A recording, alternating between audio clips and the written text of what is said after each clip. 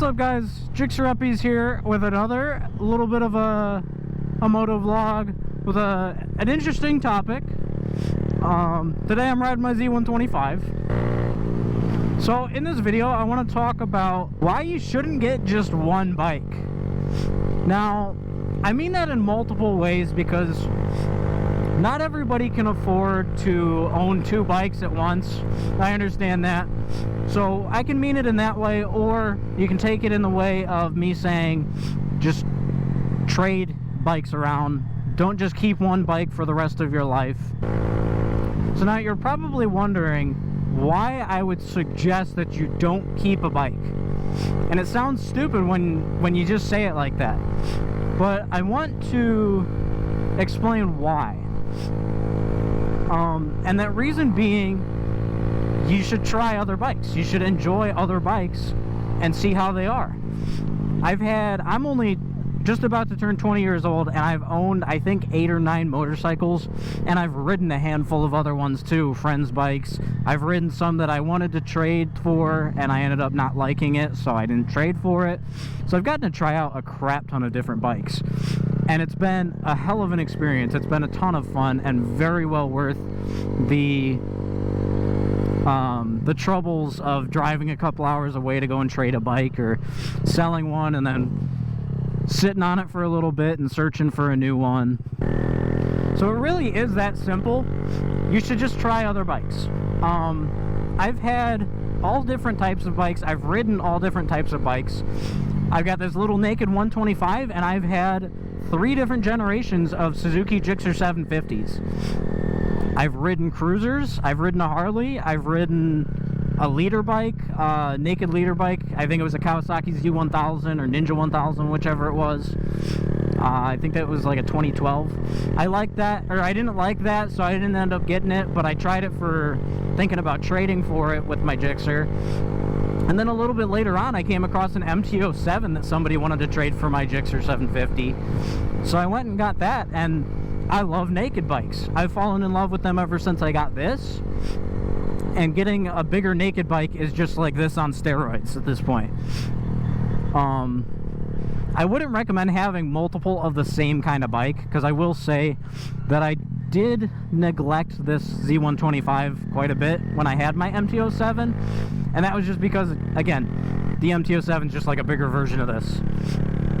So I kind of just neglected it, but like I've had this and my sport bike, I can cruise around in town with this rather than cruising on my 750 through downtown or something and being in first gear at 4,000 RPMs and going too fast for traffic. It's definitely beneficial to experience those different bikes though, because everything has something different to offer. Cruisers are comfortable, the nakeds are comfortable, but they're still peppy, kind of like sport bikes, at least with the MT-07, because it's got a lot of torque. It really can be pretty peppy. Sport bikes, you got, you know, your flickability to lean and to get up to speed and stuff, crazy acceleration and stuff like that. So you've got a use for each different style of bike. The buddy wabbit. You know, I can commute on this way easier than I can on a sport bike because this is more comfortable and it's really stupidly good on gas mileage. However, I can't take it on the highway. Any other bike that's got a bigger motor, I can take on the highway. So that kind of is a reason to get smaller or bigger bikes as far as engines, you know, CCs. And then there's, again, the different styles of bikes that also have something different to offer, because you're going to have different braking power, different weight ratios with that power and everything. Everything's going to be different. You're going to have a different stance on the handlebars, different brakes. You're going to have different seat heights. And with those, you learn a lot of different skills on these different bikes. You learn how to handle these different bikes. You're not going to be able to stop a Harley the same as you are a sport bike. A sport bike's got, you know, especially if you get the higher end stuff with like Brembo brakes that are literally made for racing with. You're obviously going to have a better time zooming around and stopping from a faster speed than you are on this big ol' hog 900-pound 1600cc Harley.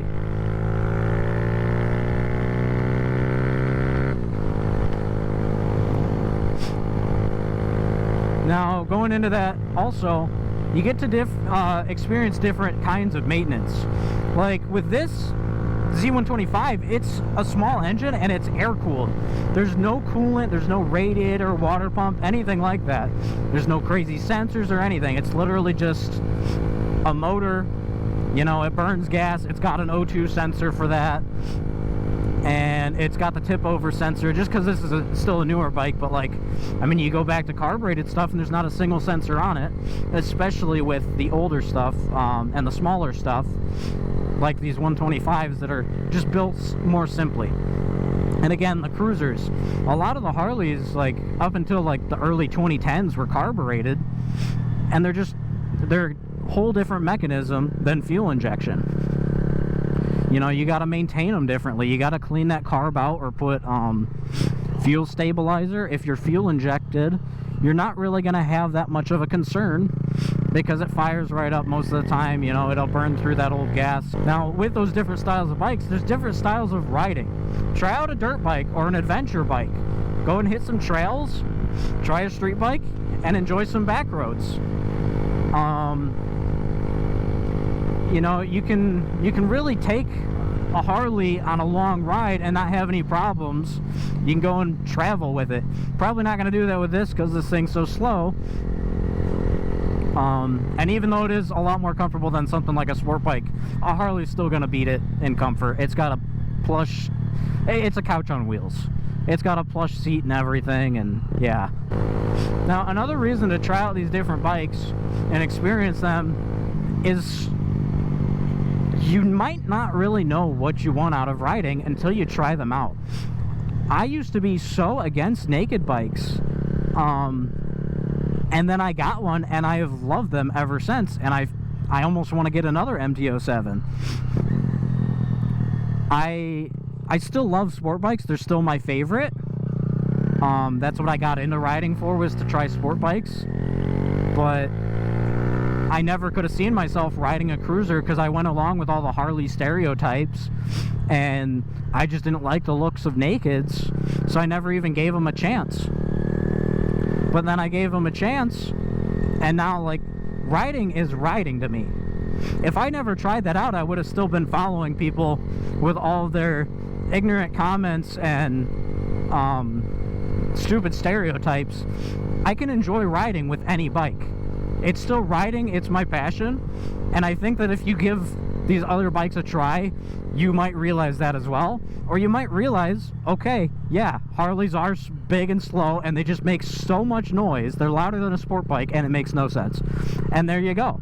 Now you know for a fact that you don't care for Harleys.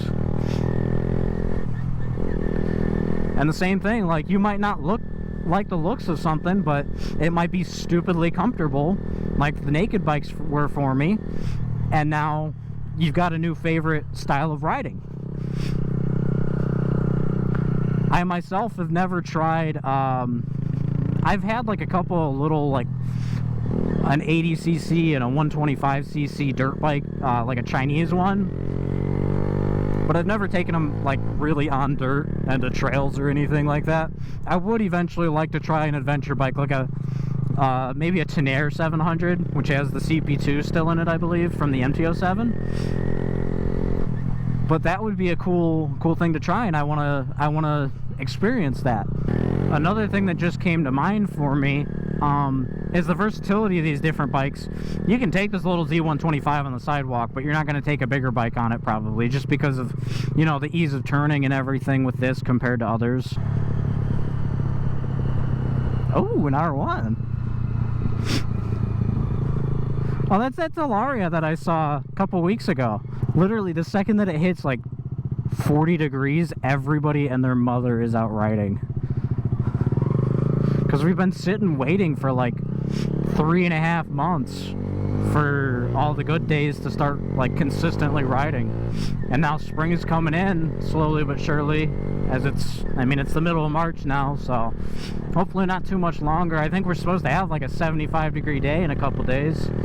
So I'm looking forward to it. Although this was a pretty short video with some redundant reasoning as to why I think that you should get multiple bikes throughout, whether that's at once or throughout your time in experiencing the riding as a hobby and motorcycles, I